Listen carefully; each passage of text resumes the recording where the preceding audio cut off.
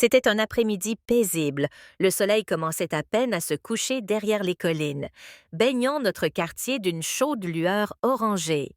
J'étais dans la cuisine à préparer le dîner, tandis que le doux bourdonnement de la radio jouait en fond sonore. Mon fils, Alejandro, venait de rentrer de l'université pour le week-end. Une atmosphère calme et réconfortante régnait dans la maison, une paix empreinte de familiarité. Alejandro avait grandi si vite qu'il me semblait que c'était hier encore qu'il me suivait partout dans la maison en me posant des questions sur la vie.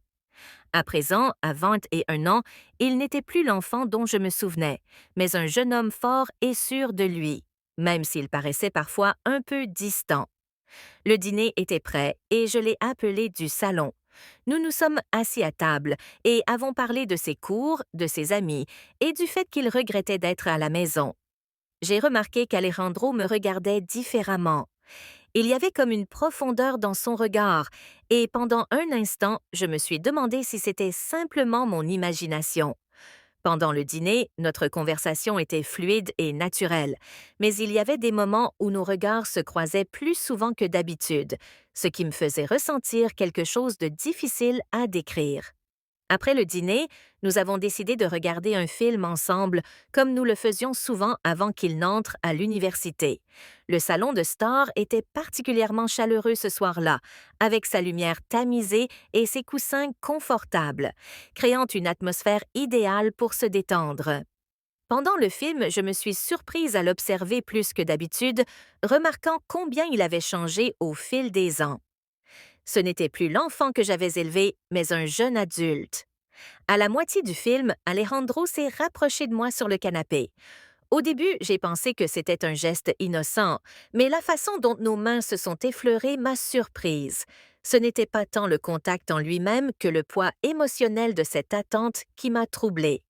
J'ai retiré ma main brusquement, mal à l'aise avec ce que j'avais ressenti. « Ça va, maman? » demanda Alejandro d'une voix douce et inquiète. Je le regardais, le cœur battant la chamade, sans savoir quoi répondre. « Oui, mon chéri, dis-je. Je suis juste fatiguée, ajoutai-je, essayant de minimiser ce qui s'était passé. Je savais que quelque chose avait changé, mais je ne voulais pas m'y attarder. La nuit avait pris une tournure étrange et déroutante.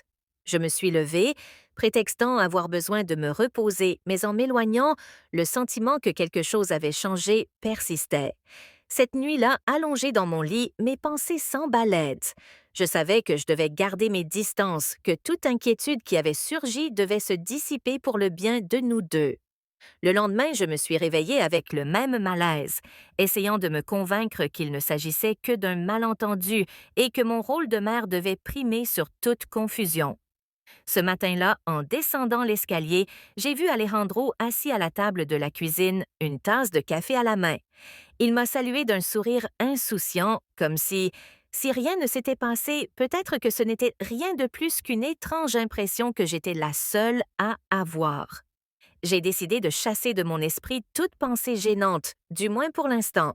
« Bonjour », ai-je dit, m'efforçant de sourire et de paraître aussi naturel que possible. « Bonjour, maman », a-t-il répondu de son ton calme habituel. « Je pensais aller me promener tout à l'heure. »« Tu veux venir avec nous? Ça fait longtemps qu'on n'a rien fait de tel ensemble. » J'ai hésité, me souvenant du malaise que j'avais ressenti la veille, mais je me suis rappelé qu'il n'y avait rien de mal à ce qu'une mère et son fils passent du temps ensemble. « Bien sûr, ai-je répondu, c'est une bonne idée. » Plus tard dans l'après-midi, nous sommes allés en voiture jusqu'à un sentier voisin, un endroit où nous allions souvent quand Alejandro était petit. L'air était frais et le ciel d'un bleu éclatant, ce qui rendait tout cela normal pour une. Nous marchions côte à côte, parlant de vieux souvenirs, de ses projets d'avenir, de choses insignifiantes. Je me suis surprise à rire, plus détendue, me disant que j'avais peut-être exagéré.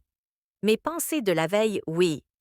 Cependant, tandis que nous marchions le long du sentier, certains silences entre nos conversations plus lourds que d'habitude. En arrivant à une clairière offrant une vue à couper le souffle sur la vallée, Alejandro s'arrêta et se tourna vers moi.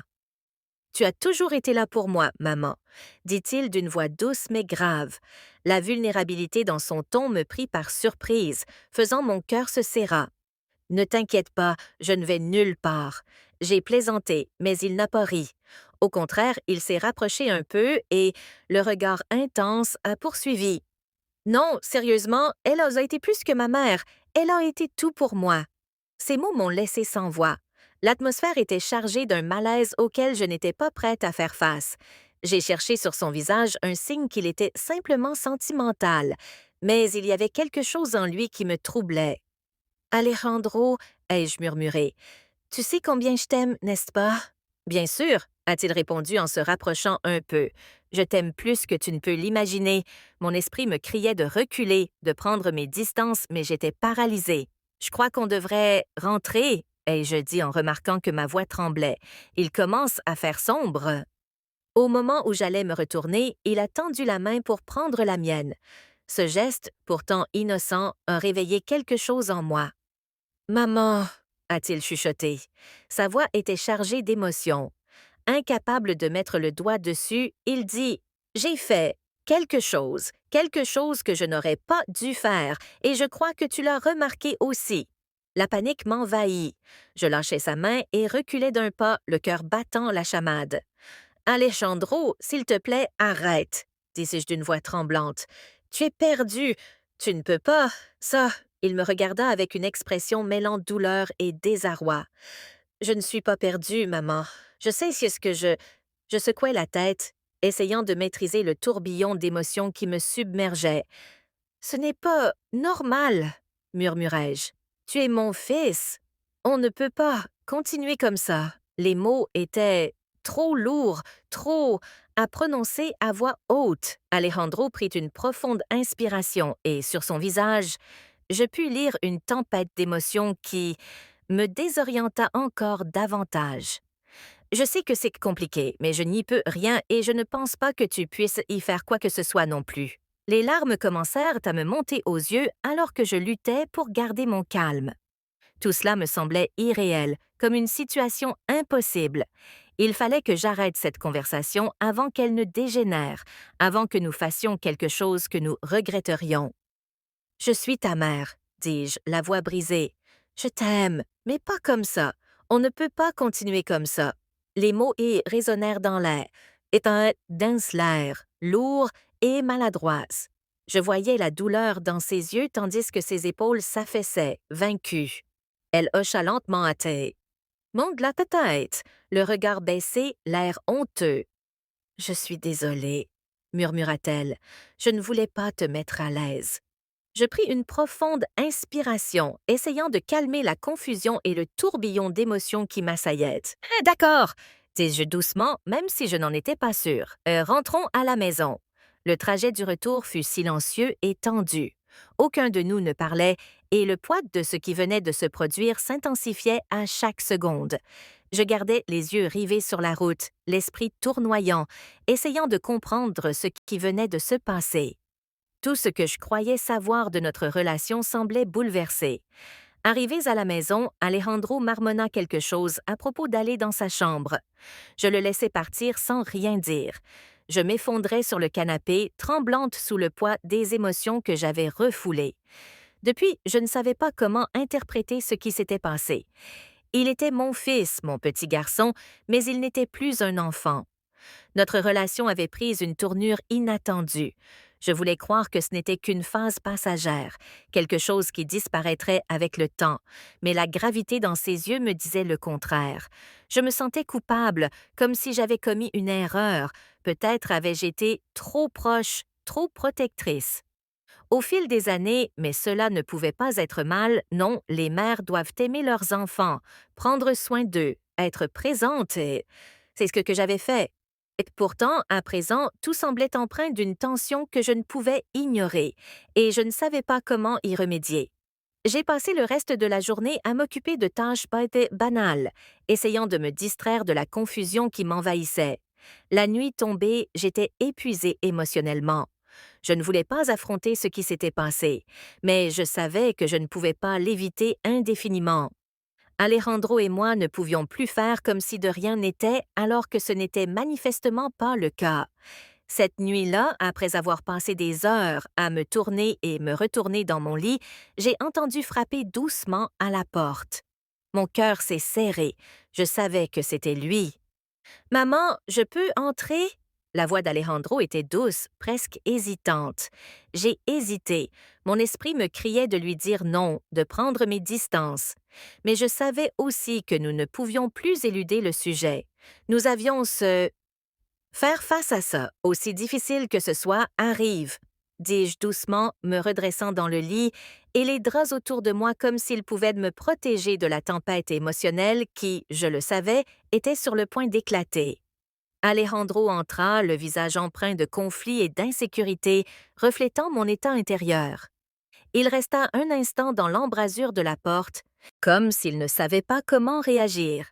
Finalement, il s'assit au bord du lit, tout en gardant une certaine distance. « Je suis désolé, dit-il d'une voix pleine de regret. Je n'aurais pas dû dire ce que j'ai dit. Je ne sais pas ce qui m'a pris. » J'acquiesçais lentement, cherchant les mots justes. « Je sais que c'est déroutant, dis-je, mais ce qui s'est passé avant ne doit plus se reproduire. » Alejandro, nous devons faire attention. Les choses ne devraient pas se passer ainsi. « Je sais, murmura-t-il en baissant les yeux. Mais c'est si dur, maman. Je ne sais pas pourquoi je suis comme ça. J'ai essayé de chasser ces pensées, mais elles reviennent toujours. Ces mots résonnèrent en moi, provoquant une profonde tristesse. Non seulement pour lui, mais pour nous deux, je n'aurais jamais imaginé me retrouver dans une telle situation, et pourtant, nous y étions, pris au piège d'un enchevêtrement d'émotions dont aucun de nous ne savait comment démêler les chevaux. « Je suis ta mère, » répétai-je d'une voix douce mais ferme. « C'est tout ce que je peux être. Tu le sais, n'est-ce pas? » Alejandro me regarda avec des yeux emplis de douleur, mais c'était sa façon d'être. « Doucement, je sais, » dit-il d'une voix douce. « Je ne veux pas te perdre. » Oh non, c'est et c'est... Tu ne vas pas me perdre, dis-je. Assurons-nous-en. On le savait. Et bien qu'aucun de nous deux ne veuille l'admettre complètement, peut-être vaut-il mieux que tu retournes à l'école demain, suggérai-je doucement. Je pense que nous avons tous les deux besoin de prendre du recul pour y voir plus clair. Alejandro hocha lentement la tête, mais je pouvais voir la tristesse dans ses yeux. « Oui, tu as peut-être raison, » murmura-t-il. Le lendemain matin, je le regardais faire ses valises. L'atmosphère entre nous était lourde d'émotions non résolues. Je voulais le serrer dans mes bras, lui dire que tout irait bien, mais je n'y arrivais pas. Après tout ce qui s'était passé, lorsqu'il partit enfin, la maison était plus vide qu'elle ne l'avait été depuis des années. Assise sur le canapé, le regard perdu par la fenêtre, j'essayais de... Après avoir digéré tout cela, je savais que nous avions pris la bonne décision en prenant nos distances. Mais cela ne rendait pas les choses plus faciles. La relation entre une mère et son fils est censée être simple et pure, mais la nôtre s'était transformée en quelque chose de bien plus complexe, quelque chose que ni l'un ni l'autre ne savions gérer. Les jours passaient et j'essayais de reprendre mes habitudes, mais rien n'était plus pareil. La maison était trop silencieuse sans Alejandro et je me surprenais à penser à lui plus que de raison. Je voulais croire que la distance nous aiderait, qu'elle nous donnerait l'espace nécessaire pour faire le point, mais au fond de moi, je savais que rien ne serait plus jamais comme avant. Quelque chose avait changé entre nous, quelque chose d'irréversible, et je n'étais plus sûre de ce que l'avenir nous réservait.